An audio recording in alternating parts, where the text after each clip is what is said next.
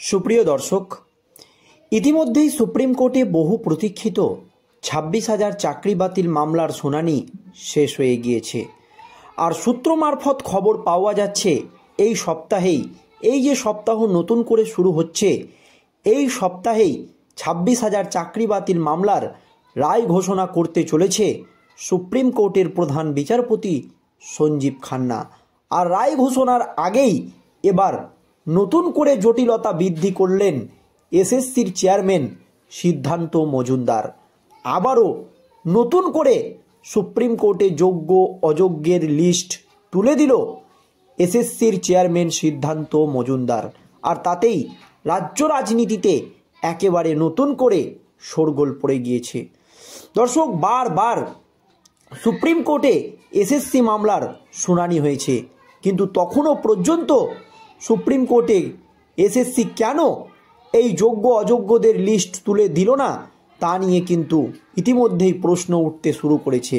আর শুনানি শেষ হয়ে যাওয়ার পর কেন বারবার সুপ্রিম কোর্টের দ্বারস্থ হচ্ছে এসএসসি চেয়ারম্যান সিদ্ধান্ত মজুমদার, তা নিয়ে কিন্তু প্রশ্ন উঠে গিয়েছে।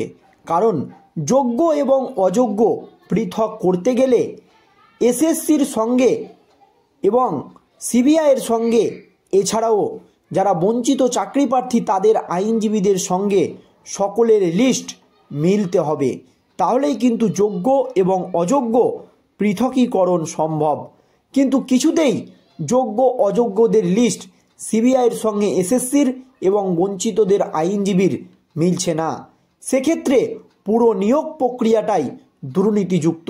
তাই সম্পূর্ণ নিয়োগ প্রক্রিয়াটাকেই বাতিল করে দেওয়া হোক, এমনই দাবি জানিয়েছে বিকাশ রঞ্জন ভট্টাচার্য। আর বিকাশ রঞ্জন ভট্টাচার্য একেবারে পরিষ্কার করে জানিয়ে দিয়েছেন যে এসএসসি এই মামলাটিকে বিলম্বিত করার জন্য, রাজ্য সরকার এই মামলাটিকে দেরি করার জন্য, যখন শুধুমাত্র রায়দান শুধু সময়ের অপেক্ষা, তখন বারবার সুপ্রিম কোর্টের দ্বারস্থ হচ্ছে। কিন্তু এসএসসি এবার সুপ্রিম কোর্টে কি দাবি করেছে দর্শক দেখুন। 26,000 চাকরি বাতিল মামলা বহু টালবাহানার পর সুপ্রিম কোর্টে শুনানি শেষ হয়েছে। রায়দান আপাতত স্থগিত রেখেছে সর্বোচ্চ আদালত। এই সপ্তাহেই সুপ্রিম কোর্টের প্রধান বিচারপতি জাস্টিস খান্না এই 26,000 চাকরি বাতিল মামলার রায় ঘোষণা করবেন, এমনই কিন্তু সূত্র মারফত খবর পাওয়া যাচ্ছে। আর তার আগেই নতুন করে জটিলতা বৃদ্ধি করল এসএসসি। এরই মধ্যে কিছু নথি পেশ করতে চেয়ে সুপ্রিম কোর্টে আবারও নতুন করে দ্বারস্থ হলো স্কুল সার্ভিস কমিশন। আর তাতেই রাজ্য রাজনীতিতে নতুন করে শুরু হয়েছে জোর জল্পনা। সূত্রের খবর, আদালতে হলফনামা দিয়ে এসএসসি জানিয়েছে অযোগ্য চাকরি প্রার্থীদের সংখ্যা 5,303 জন।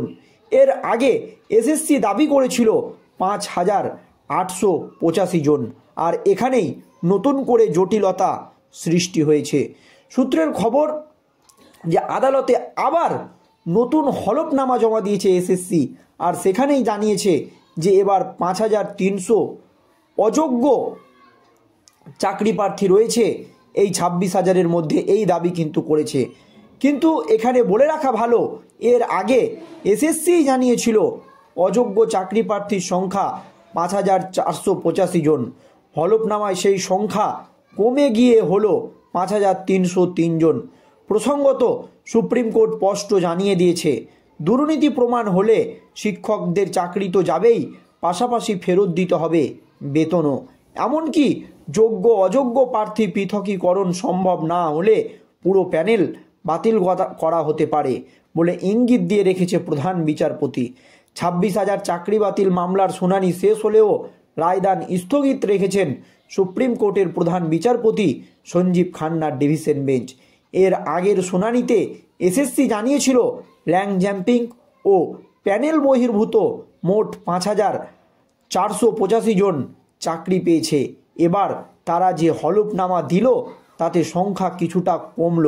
কোথায় কত র্যাঙ্ক জাম্পিং, প্যানেল বহির্ভূত নিয়োগ, সব কিছুর হিসেব এবার পুঙ্খানুপুঙ্খভাবে সুপ্রিম কোর্টে নতুন করে জমা দিল এসএসসি।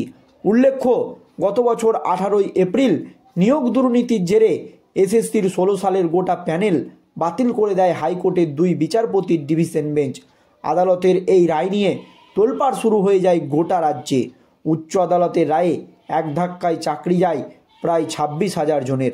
হাইকোর্টের রায়ের 48 ঘন্টার মধ্যে তা চ্যালেঞ্জ করে সুপ্রিম কোর্টে যায় রাজ্য সরকার, এসএসসি, মধ্যশিক্ষা পর্ষদ। সুপ্রিম কোর্টে সেই মামলা উঠলে আপাতত সকলের চাকরি বহাল রয়েছে, সকলকে রক্ষা কবচ দিয়েছে শীর্ষ আদালত। তবে সুপ্রিম কোর্ট স্পষ্ট জানিয়ে দেয়, দুর্নীতি প্রমাণ হলে শিক্ষকদের চাকরি তো যাবেই, পাশাপাশি ফেরত দিতে হবে বেতনও। শুনানি শেষ হয়েছে, এবার রায়ের দিকে তাকিয়ে রয়েছে সকলে।